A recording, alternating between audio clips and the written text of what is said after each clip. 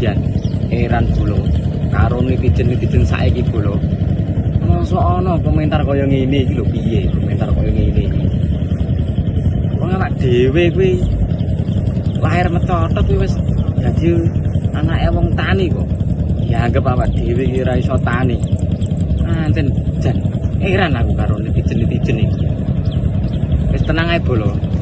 Tetep sinau terus supaya nek misal ngadepi netizen iki ora gampang lara ati bolo.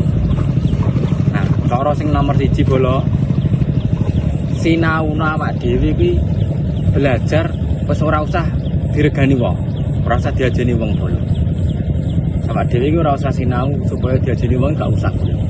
Ndak lara ati, nek misal wong ana sing ora ngajeni awak dhewe malah lara ati bolo.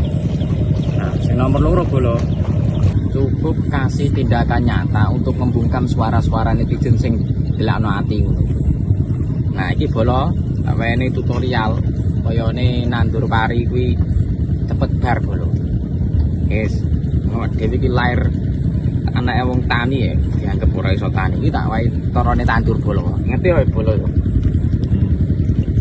Dhewe iku tani iso. Lek.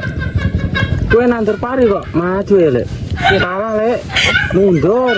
Mundur ah.